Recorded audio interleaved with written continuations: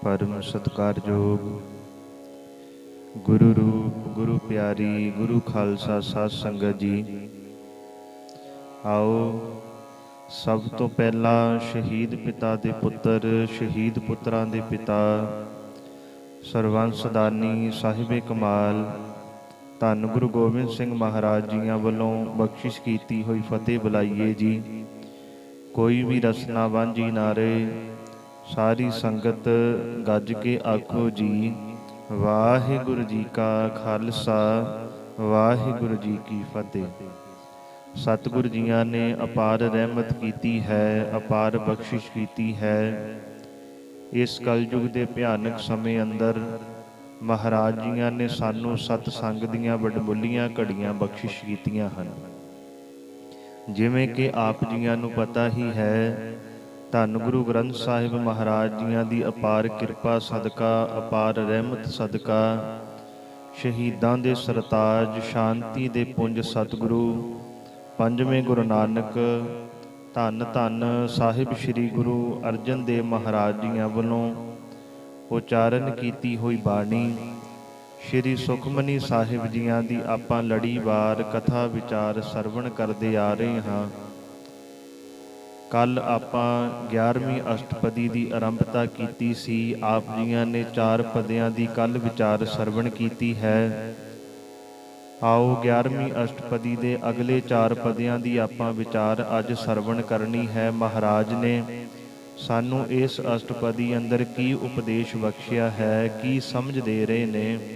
महाराज कहंदे भाई ओ करतार अकाल पुरख वाहिगुरु जी ये दुनिया नू चला रहा है। अपने मन नू समझाना चाहिए, मना तेरे वस विच कुछ भी नहीं है। जिवें परमात्मा चला रहा, जिवें वाहिगुरु जी का हुक्म है उसे तरह तेनू चलना पेगा। सतगुरु जी अज पंजवें पदे अंदर सानू की समझ दे रहे ने। इसका बल नाही इस हाथ, करन करावन सर्व को नाथ। महाराज कहंदे इसका बल नाही इस हाथ, ये जीव की ताकत अपने हाथ विच नहीं है। इनू चलाण वाला कोई होर है। वो कौन है? वो अकाल पुरख वाहिगुरु जी है। वो परमेश्वर है जिहड़ा इनू चला रहा है। जे वो सानू साह दे रहा है तां ही असीं साह लै रहे हैं। जिन्हां नू उहने साह देने बंद कर दिते, दुनिया वालियां ने इउं कह दिता भी इहदी मौत हो गई। जीव दे अपने वस विच कुछ नहीं है। अज इनू लगदा भी मैं अपनी मर्जी दे नाल, अपनी मेहनत दे नाल बड़ा पैसा कमा लिया, मैं अपनी मेहनत दे नाल बड़े मकान बनाए है, मैं अपनी मेहनत दे नाल अपना परिवार पाल रहा। पर महाराज कहंदे मना याद रखी, तू अपनी मेहनत दे नाल नहीं, उस अकाल पुरख वाहिगुरु जी की किरपा दे नाल सब कुछ कर रहे हैं। वो मालिक तेरे कोलों करवा रहा है तां ही तू कर रहा, नहीं तो दुनिया विच इहो जे बड़े परिवार है जिन्हां नूं रहण वास्ते अपना मकान नहीं मिलिया, ਜਿਹੜੇ पूरी जिंदगी ਐਨੀ मेहनत करते रहे पर किराए के मकानां ते ही पूरी जिंदगी उन्होंने कढ़ दित्ती। तैनू मालिक ने मकान बख्शिया है, रहण वास्ते घर दिता है, ये तेरी मर्जी नाल नहीं, ये उस अकाल पुरख वाहिगुरु जी की तेरे ते किरपा है, रहमत है। भगत कबीर साहब जी का वचन पढ़ते हो ना, कबीर कारण बपुरा क्या करे, जो राम ना करे सहाय। भगत कबीर साहब कहते ये जीव की कर सकता है, ये वस विच है ही की है, जो राम ना करे सहाय। जे वो परमात्मा इहदी सहायता ना करे, इहदी मदद ना करे। जह जह डाली पग धरो सोई मुर जाए। कहते इन्हें दरखत ते फल लग्या देख लिया, ते दरखत दे एक टाणी नूं हथ पाया ते उत्ते चढ़िया, एक टाणी दे थल्ले पैर रखिया, दूजी टाणी नूं फिर हथ पाया, हौली हौली करदा फल दे कोल पहुंच गया। उत्ते जाके फल नूं तोड़िया, ਇਸੇ ਤਰ੍ਹਾਂ ਹੀ ਫੇਰ ਥੱਲੇ ਇੱਕ ਟਾਹਣੀ ਤੇ ਪੈਰ ਰੱਖਿਆ, ਦੂਜੀ ਟਾਹਣੀ ਨੂੰ ਹੱਥ ਪਾਇਆ, ਏਦਾਂ ਹੀ ਹੌਲੀ ਹੌਲੀ ਹੇਠਾਂ ਆ ਗਿਆ। ਕਹਿੰਦੇ ਜੇ ਥੱਲੇ ਆ ਕੇ ਕਹੇ ਵੀ ਮੈਂ ਆਪਣੇ ਉਦਮ ਦੇ ਨਾਲ, ਆਪਣੀ ਮਿਹਨਤ ਦੇ ਨਾਲ ਇਹ ਦਰਖਤ ਤੋਂ ਫਲ ਤੋੜ ਕੇ ਲੈ ਕੇ ਆਇਆ, ਤਾਂ ਮਨਾ ਤੇਰੀ ਮੂਰਖਤਾ ਹੈ। ਇਹ ਤੇਰੇ ਅੰਦਰ ਉਸ ਅਕਾਲ ਪੁਰਖ ਵਾਹਿਗੁਰੂ ਜੀ ਨੇ ਉਦਮ ਭਰਿਆ, ਤੇਰੀ ਪ੍ਰਮਾਤਮਾ ਨੇ ਸਹਾਇਤਾ ਕੀਤੀ ਹੈ, ਤਾਂ ਤੂੰ ਦਰਖਤ ਦੇ ਨਾਲੋਂ ਫਲ ਤੋੜ ਕੇ ਲੈ ਕੇ ਆਇਆ, ਆਪਣੀ ਤਾਕਤ ਦੇ ਨਾਲ ਨਹੀਂ। ਜੇ ਪ੍ਰਮਾਤਮਾ ਚਾਹੇ ਜਹ ਜਹ ਡਾਲੀ ਪੱਗ ਧਰੋਂ ਸੋਈ ਮੁਰਮੁਰ ਜਾਏ। ਤੇਰੇ ਮਨ ਵਿੱਚ ਇਹ ਤਾਂ ਸੋਚ ਵੀ ਜਿਹੜੀ ਟਾਹਣੀ ਤੇ ਮੈਂ ਪੈਰ ਰੱਖਿਆ ਸੀ, ਉਹ ਟਾਹਣੀ ਤੇਰਾ ਭਾਰ ਸਹਾਰਨ ਦੇ ਯੋਗ ਸੀ ਕਿ ਨਹੀਂ ਸੀ। ਜਿਹੜੀ ਟਾਹਣੀ ਤੇ ਤੈਂ ਪੈਰ ਰੱਖਿਆ, ਜਦੋਂ ਫਲ ਤੋੜਨ ਲੱਗਾ, ਜੇ ਉਹ ਟਾਹਣੀ ਟੁੱਟ ਜਾਂਦੀ, ਤੂੰ ਹੇਠਾਂ ਡਿੱਗ ਜਾਣਾ ਸੀ, ਤੇਰੀਆਂ ਲੱਤਾਂ ਬਾਹਾਂ ਟੁੱਟ ਜਾਣੀਆਂ ਸੀ। ਇਹ ਤਾਂ ਪ੍ਰਮਾਤਮਾ ਨੇ ਤੇਰੀ ਸਹਾਇਤਾ ਕੀਤੀ, ਵਾਹਿਗੁਰੂ ਜੀ ਨੇ ਤੈਨੂੰ ਤਾਕਤ ਬਖਸ਼ੀ ਹੈ, ਤਾਂ ਤੇਰੇ ਕੋ ਅੱਜ ਧਨ ਦੌਲਤ ਹੈ, ਤਾਂ ਤੇਰੇ ਕੋ ਆਪਣਾ ਮਕਾਨ ਹੈ, ਤਾਂ ਤੂੰ ਖੁਸ਼ੀ ਖੁਸ਼ੀ ਜਿਉਣਾ ਹੈ। ਬੰਦੇ ਦੇ ਵੱਸ ਕੁਝ ਨਹੀਂ ਹੈ, ਇਸ ਕਾ ਬਲ ਨਾਹੀ ਇਸ ਹਾਥ। ਇਹ ਜੀਵ ਦੀ ਤਾਕਤ ਆਪਣੇ ਹੱਥ ਨਹੀਂ, ਕਰਨ ਕਰਾਵਨ ਸਰਬ ਕੋ ਨਾਥ। ਸਰਬ ਕੋ ਨਾਥ ਤੋਂ ਭਾਵ ਹੈ ਸਾਰੇ ਜੀਵਾਂ ਦਾ ਮਾਲਕ। ਮਹਾਰਾਜ ਕਹਿੰਦੇ ਸਭ ਜੀਵਾਂ ਦਾ ਮਾਲਕ ਪ੍ਰਭੂ ਆਪ ਸਭ ਕੁਝ ਕਰਨ ਕਰਾਉਣ ਦੇ ਸਮਰੱਥ ਹੈ।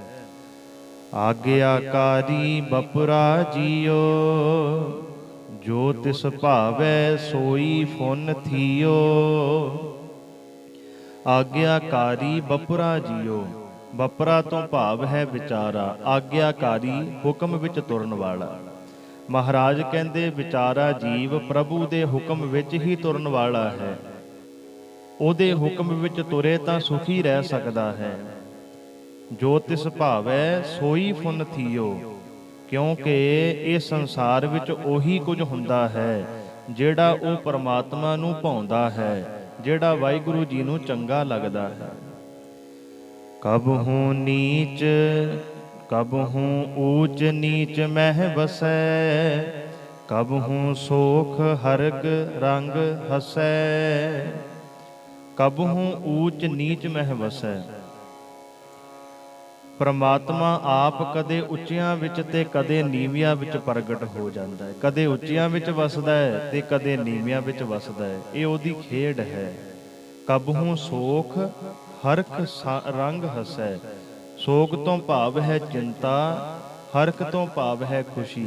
ਮਹਾਰਾਜ ਕਹਿੰਦੇ ਕਦੇ ਪ੍ਰਮਾਤਮਾ ਚਿੰਤਾ ਵਿੱਚ ਵੀ ਇਨਸਾਨ ਨੂੰ ਲੈ ਆਉਂਦਾ ਹੈ, ਤੇ ਕਦੇ ਪ੍ਰਮਾਤਮਾ ਇੰਨੀ ਖੁਸ਼ੀ ਵਿੱਚ ਲੈ ਆਉਂਦਾ ਕਿ ਮੌਜ ਵਿੱਚ ਇਨਸਾਨ ਹੱਸਦਾ ਰਹਿੰਦਾ ਹੈ। ਇਹ ਉਹਦੇ ਰੰਗ ਹੈ। ਕਬਹੂ ਨਿੰਦ ਚਿੰਦ ਵਿਵਹਾਰ, ਕਬਹੂ ਊਬ ਆਕਾਸ ਪਤਾਲ। ਕਬਹੂ ਨਿੰਦ ਚਿੰਦ ਵਿਵਹਾਰ, ਕਦੇ ਦੂਜਿਆਂ ਦੀ ਨਿੰਦਿਆ ਵਿਚਾਰਨ ਦਾ ਵਿਹਾਰ ਬਣਾਈ ਬੈਠਾ ਹੈ। ਵਿਵਹਾਰ ਤੋਂ ਭਾਵ ਹੈ ਵਤੀਰਾ, ਵਿਹਾਰ। ਕਬਹੂ ਊਬ ਆਕਾਸ ਪਿਆਲ।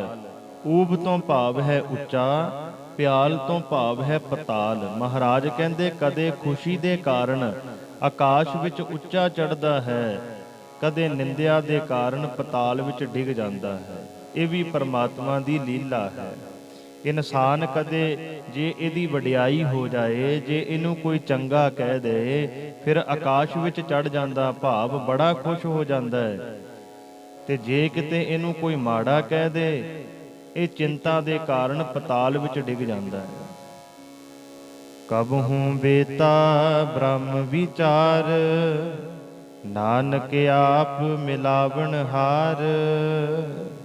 ਕਬਹੂ ਬੇਤਾ ਬ੍ਰਹਮ ਵਿਚਾਰ, ਕਦੇ ਆਪ ਹੀ ਰੱਬੀ ਵਿਚਾਰ ਦਾ ਮਹਿਰਮ ਹੈ। ਇਨਸਾਨ ਦੇ ਮਨ ਵਿੱਚ ਪ੍ਰਮਾਤਮਾ ਆਪ ਵਸ ਕੇ ਇਹੋ ਜਿਹੀ ਉਹਦੀ ਬਿਰਤੀ ਬਣਾ ਦਿੰਦਾ ਵੀ ਇਨਸਾਨ ਪ੍ਰਮਾਤਮਾ ਨੂੰ ਜਾਣਨ ਲੱਗ ਜਾਂਦਾ ਹੈ। ਬੇਤਾ ਤੋਂ ਭਾਵ ਹੈ ਜਾਣਨ ਵਾਲਾ। ਕਬਹੂ ਬੇਤਾ ਬ੍ਰਹਮ ਵਿਚਾਰ, ਪ੍ਰਮਾਤਮਾ ਦੇ ਨਾਮ ਦੀ ਵਿਚਾਰ ਇਨਸਾਨ ਕਰਨ ਲੱਗ ਜਾਂਦਾ ਹੈ। ਨਾਨਕ ਆਪ ਮਿਲਾਵਣ ਹਾਰ, ਜੀਵਾਂ ਨੂੰ ਆਪਣੇ ਵਿੱਚ ਮੇਲਣ ਵਾਲਾ ਉਹ ਅਕਾਲ ਪੁਰਖ ਵਾਹਿਗੁਰੂ ਜੀ ਆਪ ਹੀ ਹੈ। ਕਬਹੂ ਨਿਰਤ ਕਰੈ ਬਹੁ ਭਾਤ, ਕਬਹੂ ਸੋਏ ਰਹੈ ਦਿਨ ਰਾਤ। ਨਿਰਤ ਤੋਂ ਭਾਵ ਹੈ ਨਾਚ, ਭਾਂਤ ਤੋਂ ਭਾਵ ਹੈ ਕਿਸਮ। ਮਹਾਰਾਜ ਕਹਿੰਦੇ ਕਬਹੂ ਨਿਰਤ ਕਰੈ ਬਹੁ ਭਾਂਤ, ਪ੍ਰਭੂ ਜੀਵਾਂ ਵਿੱਚ ਵਿਆਪਕ ਹੋ ਕੇ ਆਪ ਵਸ ਕੇ ਕਦੇ ਕਈ ਕਿਸਮਾਂ ਦੇ ਨਾਚ ਜੀਵ ਕੋਲੋਂ ਕਰਵਾਉਂਦਾ ਹੈ। ਕਬਹੂ ਸੋਏ ਰਹੈ ਦਿਨ ਰਾਤ, ਕਦੇ ਦਿਨੇ ਰਾਤ ਇਹ ਜੀਵ ਨੂੰ ਸੁੱਤਾ ਹੀ ਰੱਖਦਾ ਹੈ। ਕਬਹੂ ਮਹਾ ਕ੍ਰੋਧ ਬਿਕਰਾਲ, ਕਬਹੂ ਸਰਬ ਕੀ ਹੋਤ ਰਵਾਲ। ਕਬਹੂ ਮਹਾ ਕ੍ਰੋਧ ਵਿਕਰਾਲ, ਵਿਕਰਾਲ ਤੋਂ ਭਾਵ ਹੈ ਭਿਆਨਕ। ਕਦੇ ਕ੍ਰੋਧ ਵਿੱਚ ਆ ਕੇ ਬੜਾ ਡਰਾਉਣਾ ਲੱਗਣ ਲੱਗ ਜਾਂਦਾ ਹੈ। ਕਦੇ ਇਹਨੂੰ ਇੰਨਾ ਕ੍ਰੋਧ ਆ ਜਾਂਦਾ ਵੀ ਇਹਦਾ ਚਿਹਰਾ ਵੀ ਡਰਾਉਣਾ ਲੱਗਣ ਲੱਗ ਜਾਂਦਾ ਹੈ। ਕਬਹੂ ਸਰਬ ਕੀ ਹੋਤ ਰਵਾਲ, ਕਦੇ ਜੀਵਾਂ ਦੇ ਚਰਨਾਂ ਦੀ ਧੂੜ ਬਣ ਜਾਂਦਾ ਹੈ। ਇਹ ਵੀ ਪਰਮਾਤਮਾ ਦੇ ਰੰਗ ਵਿੱਚ ਹੈ। ਕਬਹੂ ਹੋਏ ਬਹਿ ਵੱਡ ਰਾਜਾ, ਕਬਹੂ ਭੇਖਾਰੀ ਨੀਚ ਕਾ ਸਾਜਾ।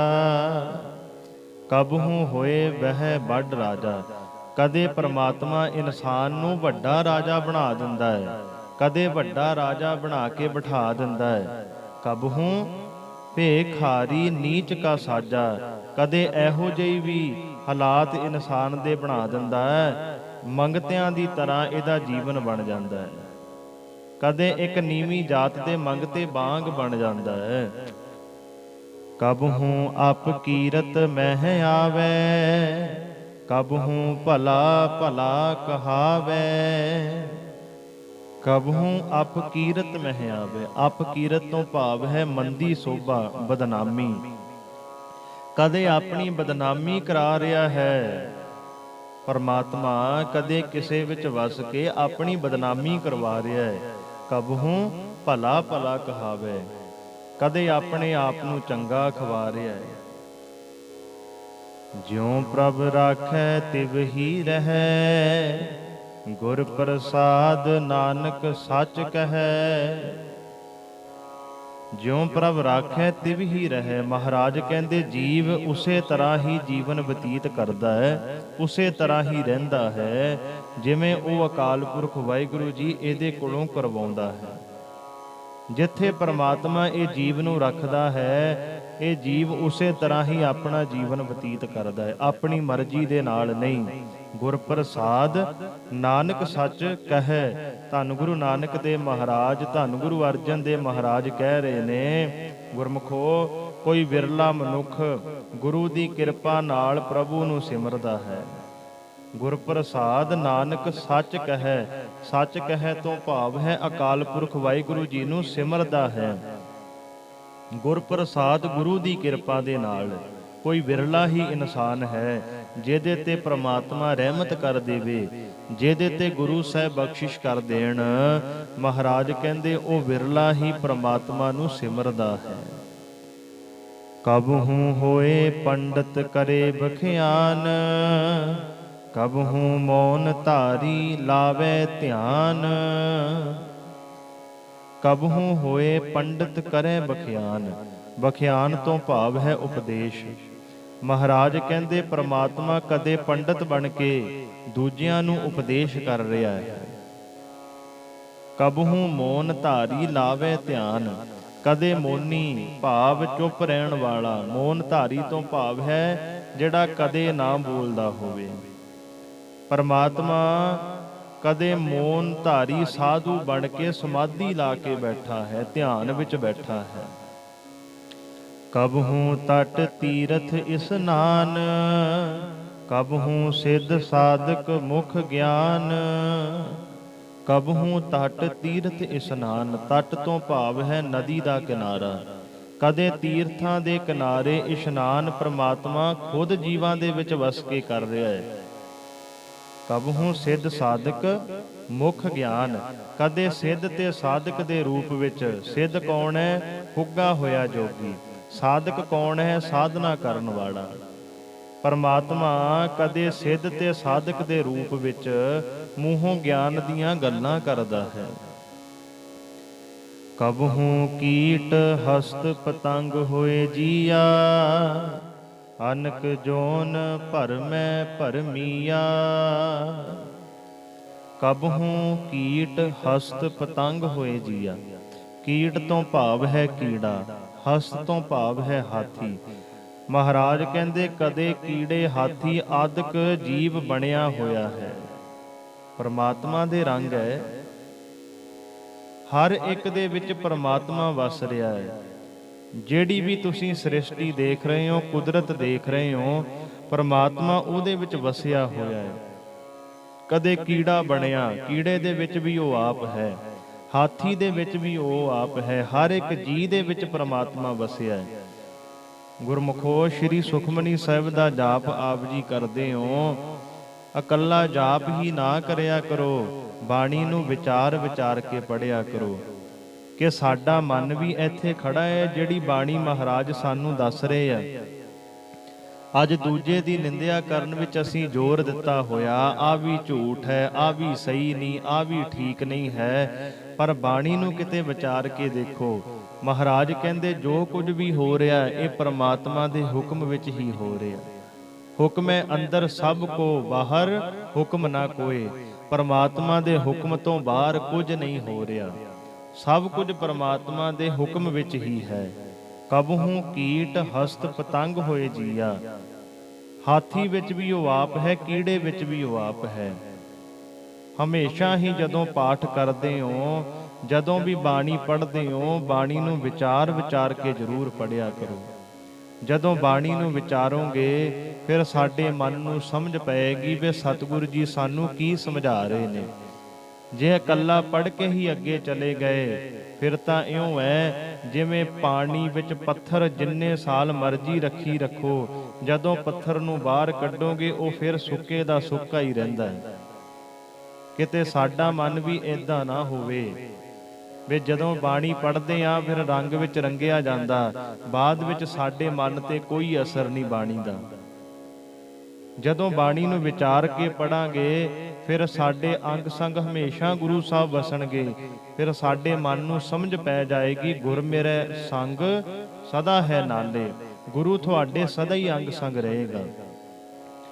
ਅਨਕ ਜੋਨ ਭਰਮੈ ਭਰਮੀਆ। ਮਹਾਰਾਜ ਕਹਿੰਦੇ ਪਰਮਾਤਮਾ ਆਪਣਾ ਹੀ ਭਵਾਇਆ ਹੋਇਆ ਕਈ ਜੂਨਾਂ ਵਿੱਚ ਘੁੰਮ ਰਿਹਾ ਹੈ। ਨਾਨਾ ਰੂਪ ਜਿਉ ਸਵਾਂਗੀ ਦਿਖਾਵੇ, ਜਿਉ ਪ੍ਰਭ ਭਾਵੈ ਤਿਵੈ ਨਚਾਵੇ। ਨਾਨਾ ਰੂਪ ਜਿਉ ਸਵਾਂਗੀ ਦਿਖਾਵੇ। ਨਾਨਾ ਤੋਂ ਭਾਵ ਹੈ ਕਈ ਤਰ੍ਹਾਂ ਦੇ। ਮਹਾਰਾਜ ਕਹਿੰਦੇ ਬਹੁ ਰੂਪੀਏ ਵਾਂਗ ਕਈ ਤਰ੍ਹਾਂ ਦੇ ਰੂਪ ਵਿਖਾ ਰਿਹਾ ਹੈ। ਸਵਾਂਗੀ ਦਾ ਭਾਵ ਹੁੰਦਾ ਬਹੁ ਰੂਪੀਆ। ਜਿਉ ਪ੍ਰਭ ਭਾਵੈ ਤਿਵੈ ਨਚਾਵੇ। ਜਿਵੇਂ ਪ੍ਰਭੂ ਨੂੰ ਭਾਉਂਦਾ ਹੈ ਤਿਵੇਂ ਹੀ ਜੀਵਾਂ ਨੂੰ ਉਹ ਨਚਾ ਰਿਹਾ ਹੈ। ਜੋ ਤਿਸ ਭਾਵੈ ਸੋਈ ਹੋਏ, ਨਾਨਕ ਦੂਜਾ ਅਵਰ ਨਾ ਕੋਏ। ਜੋ ਤਿਸ ਭਾਵੈ ਸੋਈ ਹੋਏ। ਉਹੀ ਸੰਸਾਰ ਵਿੱਚ ਕੰਮ ਹੁੰਦਾ ਹੈ ਜੋ ਉਸ ਮਾਲਕ ਨੂੰ ਚੰਗਾ ਲੱਗਦਾ ਹੈ। ਨਾਨਕ ਦੂਜਾ ਅਵਰ ਨਾ ਕੋਏ। ਉਸ ਪਰਮਾਤਮਾ ਵਰਗਾ ਹੋਰ ਦੂਜਾ ਇਹ ਸੰਸਾਰ ਵਿੱਚ ਤੁਹਾਨੂੰ ਪੂਰੇ ਬ੍ਰਹਿਮੰਡ ਵਿੱਚ ਨਜ਼ਰ ਨਹੀਂ ਆਏਗਾ। ਕਿਉਂਕਿ ਬਾਣੀ ਵਿੱਚ ਮਹਾਰਾਜ ਨੇ ਹਰ ਜਗ੍ਹਾ ਹੀ ਲਿਖਿਆ ਇੱਕ ਓੰਕਾਰ, ਪਰਮਾਤਮਾ ਇੱਕ ਹੈ। ਨਾਨਕ ਦੂਜਾ ਅਵਰ ਨਾ ਕੋਏ। ਪਰਮਾਤਮਾ ਵਰਗਾ ਹੋਰ ਦੂਜਾ ਕੋਈ ਨਹੀਂ ਹੈ। ਕਬਹੂ ਸਾਧ ਸੰਗਤ ਇਹੋ ਪਾਵੇ, ਉਸ ਅਸਥਾਨ ਤੇ ਬਹੁਰ ਨਾ ਆਵੇ। ਕਬਹੂ ਸਾਧ ਸੰਗਤ ਇਹੋ ਪਾਵੇ। ਮਹਾਰਾਜ ਕਹਿੰਦੇ ਜਦੋਂ ਪ੍ਰਮਾਤਮਾ ਦੀ ਜੀਵ ਤੇ ਰਹਿਮਤ ਹੋ ਜਾਂਦੀ ਹੈ ਫਿਰ ਇਹ ਜੀਵ ਸਤ ਸੰਗਤ ਵਿੱਚ ਆਉਂਦਾ ਹੈ। ਸਤ ਸੰਗਤ ਕਿਹੜੀ ਹੈ? ਜਿੱਥੇ ਸੱਚੇ ਨਾਮ ਦੀ ਗੱਲ ਹੁੰਦੀ ਹੈ, ਜਿੱਥੇ ਪ੍ਰਮਾਤਮਾ ਦੀ ਸਿਫਤ ਸਲਾਹ ਦੀ ਗੱਲ ਹੁੰਦੀ ਹੈ, ਉਹਨੂੰ ਸਾਧ ਸੰਗਤ ਕਿਹਾ ਜਾਂਦਾ ਹੈ। ਉਸ ਅਸਥਾਨ ਤੇ ਬਹੁਰ ਨਾ ਆਵੇ।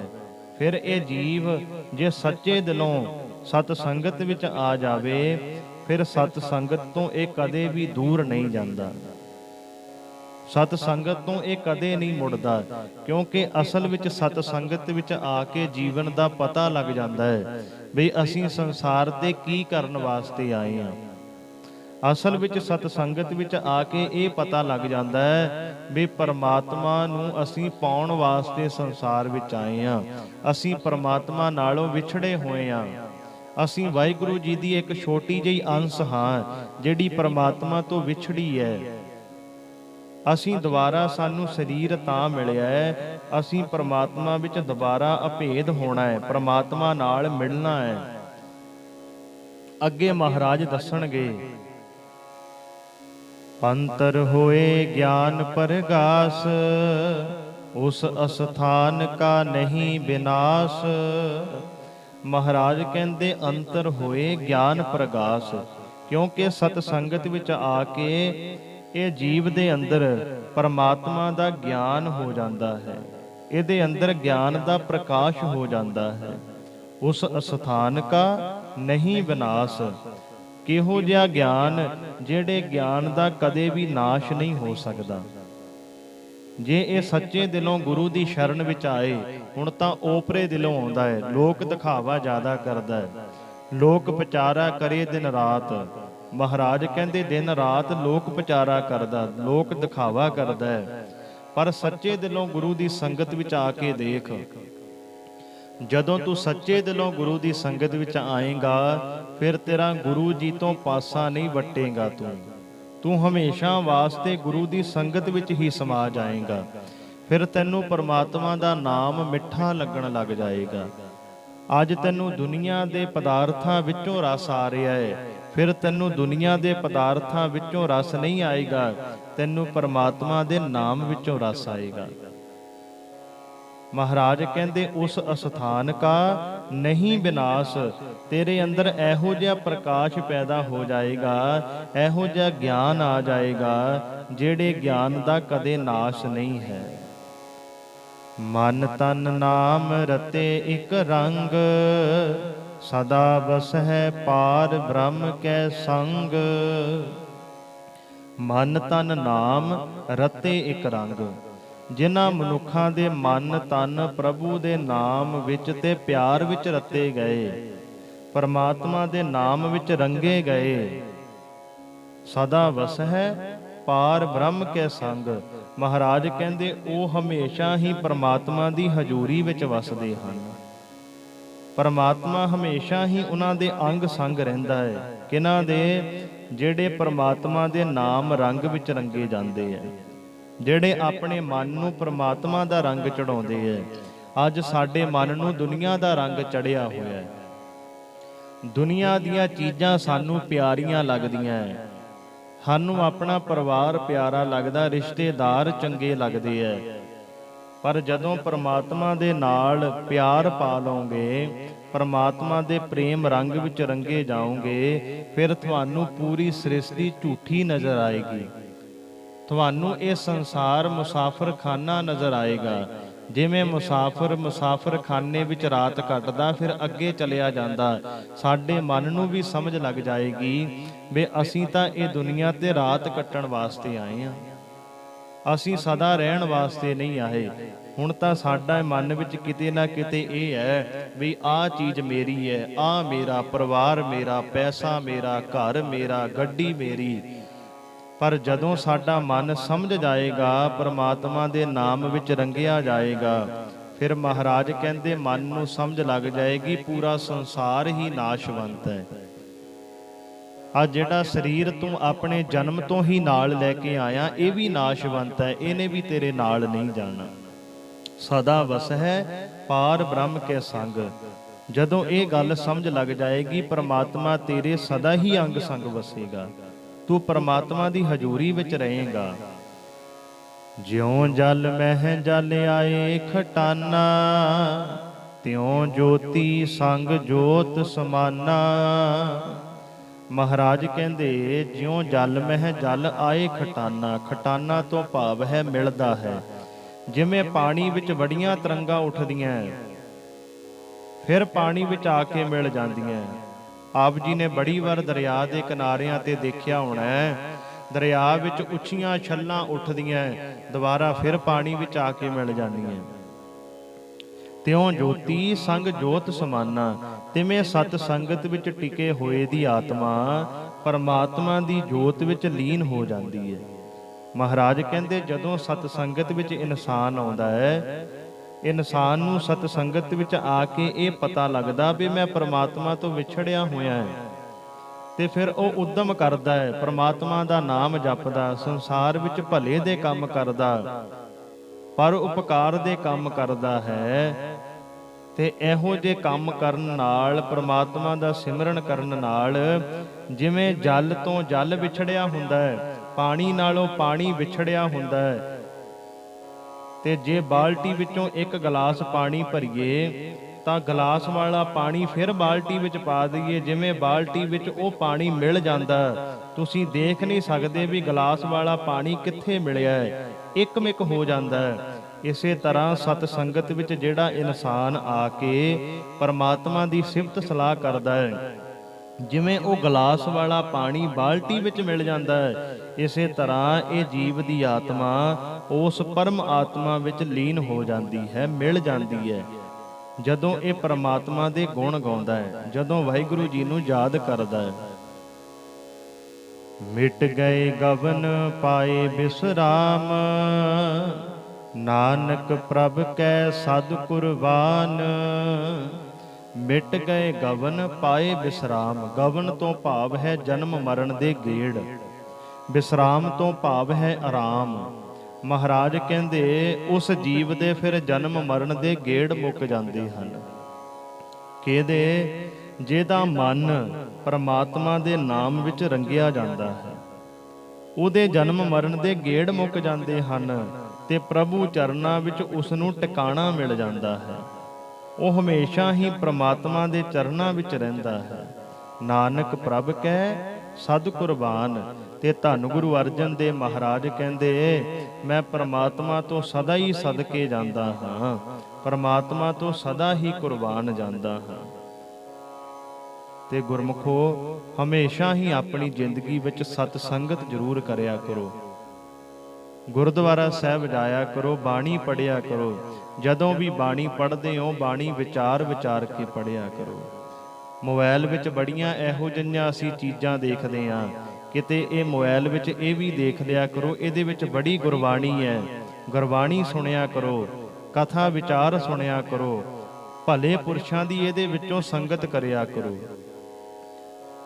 ਪਰ ਇਹ ਮਨ ਬਹੁਤ ਖੋਟਾ ਹੈ, ਉੱਦਾਂ ਫੇਸਬੁੱਕ ਚਲਾਈ ਜਾਵੇ, YouTube ਚਲਾਈ ਜਾਵੇ, ਇਹਨੂੰ ਨੀਂਦ ਨਹੀਂ ਆਉਂਦੀ, ਸੁਸਤੀ ਨਹੀਂ ਪੈਂਦੀ। ਜਦੋਂ ਹੀ ਇਹ ਗੁਰਬਾਣੀ ਪੜ੍ਹਦਾ ਹੈ, ਗੁਰਬਾਣੀ ਸੁਣਦਾ ਹੈ, ਕਥਾ ਵਿਚਾਰ ਸੁਣਦਾ ਹੈ, ਇਹ ਮਨ ਨੂੰ ਨੀਂਦ ਆਉਣ ਲੱਗ ਜਾਂਦੀ ਹੈ। ਇਹਦਾ ਮਨ ਟਿਕਦਾ ਨਹੀਂ, ਇਹਦਾ ਮਨ ਕਰਦਾ ਹੈ ਵੀ ਇੰਨਾ ਸਮਾਂ ਹੋ ਗਿਆ ਬਾਣੀ ਪੜ੍ਹਦਿਆਂ ਨੂੰ, ਪਰ ਫੇਸਬੁੱਕ ਚਲਾਉਂਦੇ ਨੂੰ ਪੂਰੀ ਰਾਤ ਬੀਤ ਜਾਂਦੀ, ਫਿਰ ਨਹੀਂ ਥੱਕਦਾ। YouTube ਤੇ ਵੀਡੀਓ ਦੇਖਦੇ ਦੇਖਦੇ ਨੂੰ ਪੂਰੀ ਰਾਤ ਬੀਤ ਜਾਂਦੀ ਹੈ, ਇਹ ਮਨ ਫਿਰ ਨਹੀਂ ਥੱਕਦਾ, ਕਿਉਂਕਿ ਇਹ ਮਨ ਦਾ ਪਿਆਰ ਕੂੜ ਦੇ ਨਾਲ ਪਿਆ ਹੋਇਆ ਹੈ। ਮਹਾਰਾਜ ਕਹਿੰਦੇ ਕੂੜ ਕੂੜੈ ਨੇਹੋ ਲੱਗਾ, ਵਿਸਰਿਆ ਕਰਤਾਰ। ਕੂੜ ਦਾ ਕੂੜ ਨਾਲ ਨੇਹ ਹੈ, ਝੂਠ ਦਾ ਝੂਠ ਨਾਲ ਪਿਆਰ ਹੈ। ਜਿਸ ਦਿਨ ਸੱਚ ਨਾਲ ਪਿਆਰ ਪੈ ਗਿਆ ਫਿਰ ਸਾਨੂੰ ਬਾਣੀ ਵੀ ਚੰਗੀ ਲੱਗੇਗੀ, ਫਿਰ ਅਸੀਂ ਗੁਰਦੁਆਰਾ ਸਾਹਿਬ ਵੀ ਚੱਲ ਕੇ ਆਵਾਂਗੇ, ਫਿਰ ਅਸੀਂ ਸਤ ਸੰਗਤ ਵਿੱਚ ਆ ਕੇ ਪ੍ਰਮਾਤਮਾ ਦੀ ਉਸਤਤ ਵੀ ਸੁਣਾਂਗੇ, ਫਿਰ ਅਸੀਂ ਪ੍ਰਮਾਤਮਾ ਦੇ ਨਾਮ ਰੰਗ ਵਿੱਚ ਰੰਗੇ ਜਾਵਾਂਗੇ ਜਦੋਂ ਸਾਨੂੰ ਸੱਚ ਚੰਗਾ ਲੱਗਣ ਲੱਗ ਗਿਆ। ਇਸ ਕਰਕੇ ਭਾਈ ਕੋਸ਼ਿਸ਼ ਕਰਿਆ ਕਰੋ, ਜਿੰਨੀ ਵੀ ਵੱਧ ਤੋਂ ਵੱਧ ਗੁਰੂ ਦੀ ਸੰਗਤ ਹੁੰਦੀ ਹੈ ਕਰਿਆ ਕਰੋ। ਵਿਚਾਰ ਕਰਦੇ ਸਮੇਂ ਇੱਕ ਨਹੀਂ ਬੇਅੰਤ ਭੁੱਲਾਂ ਹੋ ਗਈਆਂ, ਅਣਜਾਣ ਬੱਚੇ ਸਮਝ ਕੇ ਮਾਫ ਕਰਿਓ। ਭੁੱਲਾਂ ਸਾਡੀ ਝੋਲੀ ਵਿੱਚ ਪਾ ਦਿਓ। ਉਪਦੇਸ਼ ਮੇਰੇ ਸਤਿਗੁਰੂ ਜੀ ਦਾ ਜਾਣ ਕੇ ਆਪਣੇ ਹਿਰਦਿਆਂ ਦੇ ਅੰਦਰ ਵਸਾ ਲਿਓ ਜੀ। ਕੱਲ ਨੂੰ ਆਪਾਂ 12ਵੀਂ ਅਸ਼ਟਪਦੀ ਦੀ ਵਿਚਾਰ ਆਰੰਭ ਕਰਾਂਗੇ। ਗੁਰੂ ਵਾਲੇ ਬਣੋ, ਅੰਮ੍ਰਿਤ ਛਕੋ ਜੀ। ਬੁਲਾਓ ਫਤਿਹ। ਵਾਹਿਗੁਰੂ ਜੀ ਕਾ ਖਾਲਸਾ, ਵਾਹਿਗੁਰੂ ਜੀ ਕੀ ਫਤਿਹ।